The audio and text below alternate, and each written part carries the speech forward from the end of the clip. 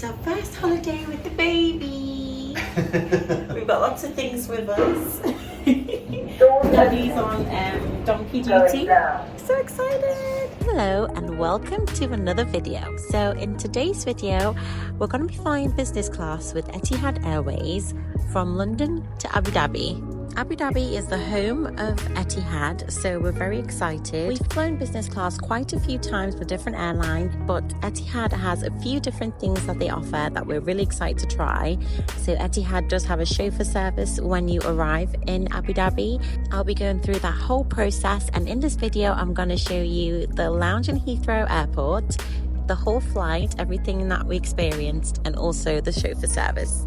I'll be sharing with you our experience on the flights to and from Abu Dhabi, and I'll be showing you the lounge at Heathrow Airport. However, I won't show you the lounge in Abu Dhabi in this video just because it is such a big lounge. It spreads over 3 floors and the video is going to be so long if I had it in here. So what I'm going to do is I'm going to do a separate video just on the lounge in Abu Dhabi, and I'll just include the one in Heathrow to keep this short.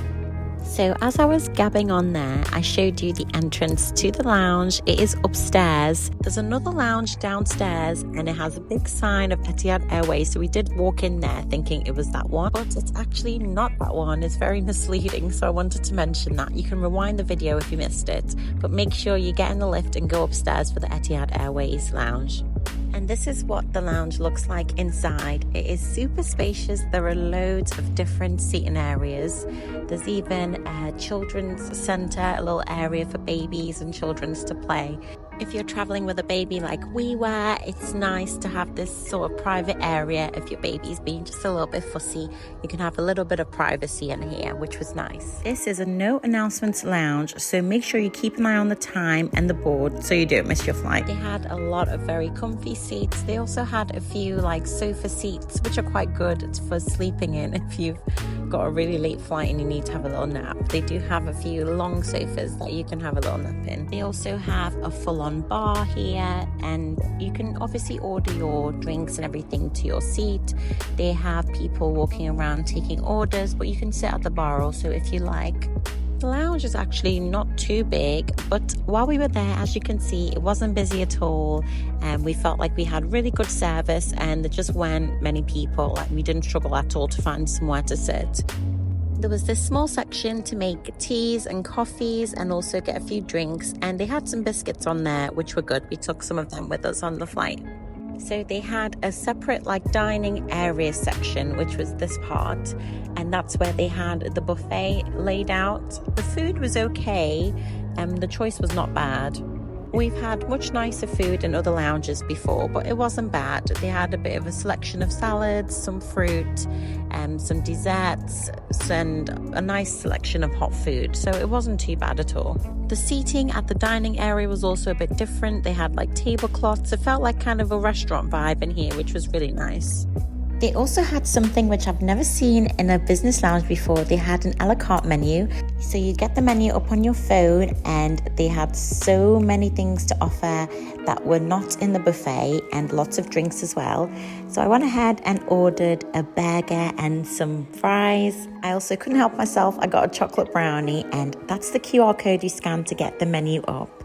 Honestly, the food was so good. You've definitely got to try the a la carte menu if you are in the business lounge. It was much nicer than everything that was on the buffet. And if I was more hungry, I would order more things. They also had a full list of drinks. I was breastfeeding, so I just had mocktails, but my husband had some cocktails and some whiskeys. Yeah, they had lots of drinks to offer. The bathrooms were also really nice, much nicer than the rest of the bathrooms in the airport. And they had showers and prayer rooms and everything. And then it was time to get on the flight. We were one of the last ones on the plane, as usual. We were too busy having fun at the lounge. We got to try 2 different aircrafts, and on the way to Abu Dhabi, we had the A350 aircraft. The seats are in a 1-to-1 configuration, and the window seats are a little bit further away from the window, and the middle seats are quite far away from each other. I'll show you what I mean in just a minute. We chose the 2 middle seats because we wanted to sit next to each other. We could not get bassinet seats, unfortunately, because we checked in quite late. This is what the seat looks like. It's not very spacious actually when you're sat down. On the seat there's a pillow and there's a mattress in that pouch. The seat does recline into a fully flat bed into that footwell underneath the TV there. In between the middle seats there's a divider that you can pull across for a bit of privacy, but it's quite small as you can see. I don't know why they didn't use the full space. It's good if you're traveling alone, but with a partner, you know, you'd want to see them a bit more.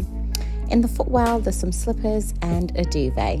The tray table is right underneath the TV and there is a door. There's a privacy door, however it wasn't working on the flight. So that's the door there. You should be able to slide it across. It's kind of the same as on BA, but no one was working the full flight. I have no idea why. The seatbelt on this aircraft goes across the chest as well as across your lap, so that was very secure. There is a lot of table space. As you can see, there's a wireless charging sign. You should be able to charge your phone on the counter, but it wasn't working very well.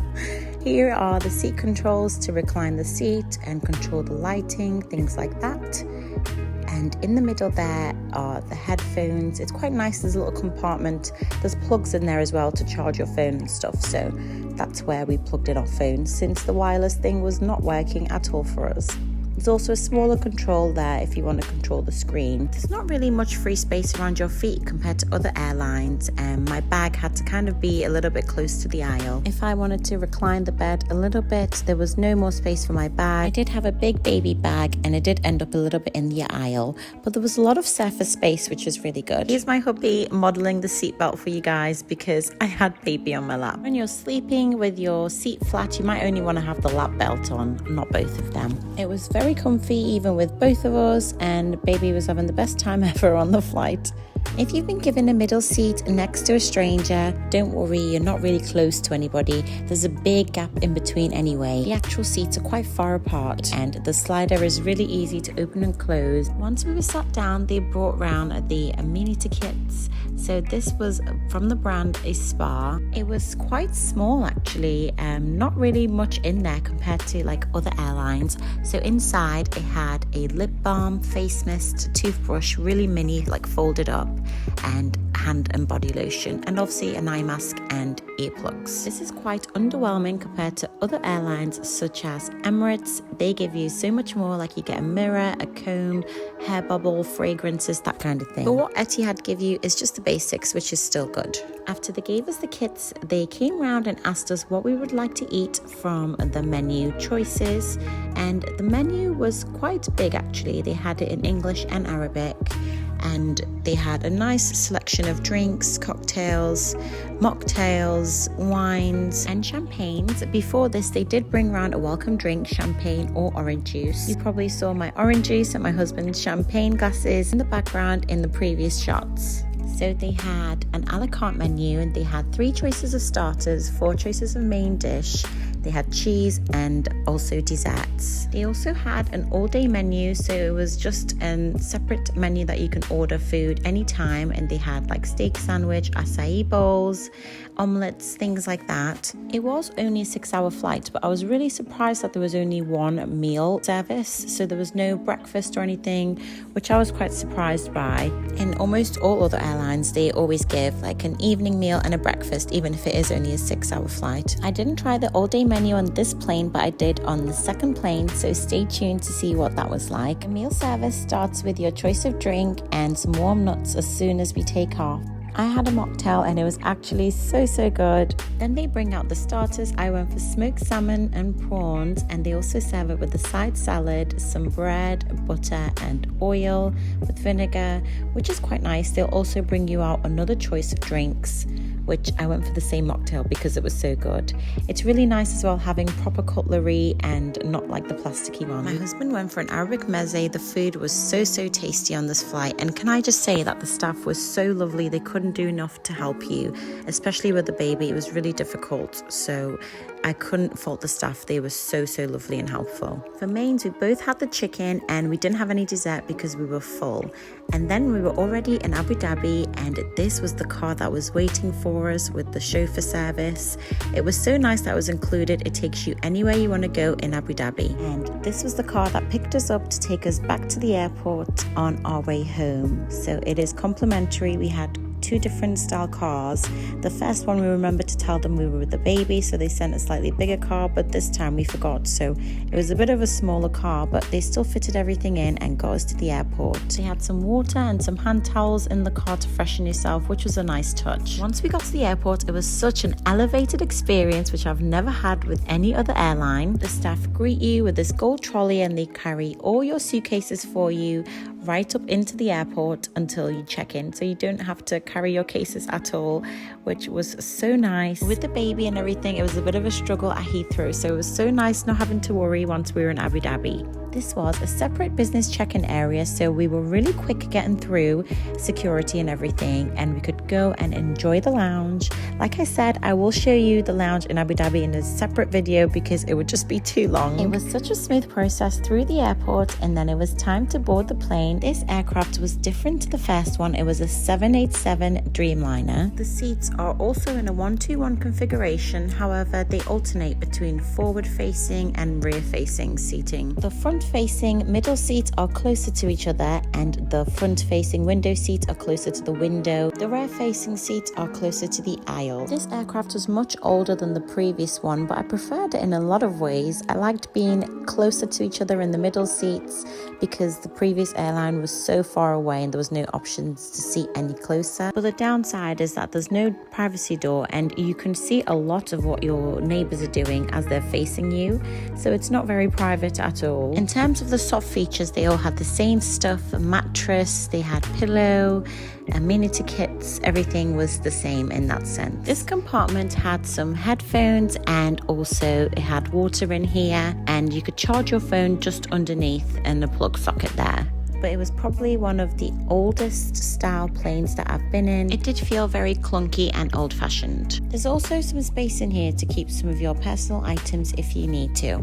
They had a smaller controller so that you can control the TV because it's a little bit far away, same as the previous aircraft. I really wasn't keen on the lack of privacy. You can see the people next to you very clearly. The tray table on this aircraft is in the side, so at the side of the TV, and it just folds down like this. So it's not underneath the TV like the previous aircraft, but it's pretty much the same size, and they brought round some welcome drinks as we boarded. So Hubby had some champagne and I had some orange juice again. It was nice in real glasses. My favourite part actually about this plane is that you can be really close to each other in the middle. So here's the separator going up and down. It goes all the way up, so if you're sat next to a stranger, you can have your privacy. But it's quite good that it comes all the way down and you can just be right next to each other, which I really like that. It also had an option to adjust the cushion firmness on your seat. So you had all the normal seat adjustments, but you can also make the chair softer or more firm, which is quite nice. I've not seen that in any other plane before. It also had the option to do a massage. So you'll see my husband pressing it now, but he did say that it didn't really massage. So I don't know if it works properly. Maybe his is broken. Put it in the comments if anyone has managed to get it to work. This is what the seat looks like converted into a fully flat bed. They don't come around and do the mattresses for you on this airline like they do with BA, and Emirates do that too. The mattress is already there on your seat, so you can do it yourself, but I'm sure if you ask the cabin crew staff to help you, I'm sure they'll be happy to help you put the mattress on. Here's what it looks like with the mattress, duvet and the pillow. The bed was comfy. They were both kind of the same amount of comfort on both aircrafts. Also on this plane, the seat belts only go across your lap, so there's no seat belt that goes across your chest. So that was another difference on this plane compared to the first one. The amenity kit was also the same. Again, it was an S-Bar kit, but the bag it came in looked a little bit different, but the contents inside were the exact same. So the body lotion, face mist, lip balm, earplugs, eye mask and the toothbrush. And then they came around to take our meal options. This was an 8-hour flight, but again they only had one meal service, which was really surprising because it was a slightly longer flight, but they still only had one meal. Again, there was a choice of 3 starters, 4 mains, and then there was cheese board and desserts options. The meal choices were slightly different to the flight on the way out, which was nice. To start, we were given our choice of drinks and some warm nuts. I brought some crisps on the plane with me from the lounge in Abu Dhabi, and look how much they swelled up when we took off. I couldn't believe it. It was rock hard and it was just funny. So for starters, I went for the Arabic meze with my really nice Bellini mocktail that I was having. It came with bread, some salad, butter and some oil. My husband had the same thing as me. This meze was delicious. It tasted so much better than the flight on the way to Abu Dhabi. Again, I really enjoyed using the real cutlery and real plates. They did replace the cutlery after each course, which was also a really nice touch. If you are enjoying this video and you like this kind of content, make sure you give me a like, a thumbs up and subscribe so you can see more of my videos. For the main course, I went for a chicken biryani. This was super tasty. I was still pretty hungry because I didn't really eat at the lounge, which I'll explain in my next video. So I went ahead and had the cheese and a dessert. So they brought a little cheese selection, which was nice. I had a few of those, and then I had the chocolate fondant for dessert. Because the flight was 8 hours, I was definitely hungry a little bit later, and because there was only one meal service, I definitely needed to order from the all-day menu. So I went ahead and ordered the steak sandwich. It was really nice. It came with a drink and some crisps, and that's it for this video. Overall, I would definitely recommend Etihad, especially the A350. It was a lot newer and nicer compared to the 787. However, the 787 did have its perks. You know, it was nice that the seats in the middle were close to each other for a couple traveling together. That is really nice. My favorite part about flying with Etihad was how friendly, kind and lovely the air hostesses were. They were some of the best I've ever flown with, and that was the best part. I will be making a video comparing Etihad to Emirates if you're a bit unsure between the two, because they are quite different, so keep an eye out for them. Thank you so much for watching all the way to the end. I hope it helped you out if you are flying with Etihad, and make sure you leave me a comment if it does. It really makes my day when I see that my videos helped someone. And be sure to check out my next video, which is what I'm showing here. It is the lounge in Abu Dhabi. Thanks again and bye for now.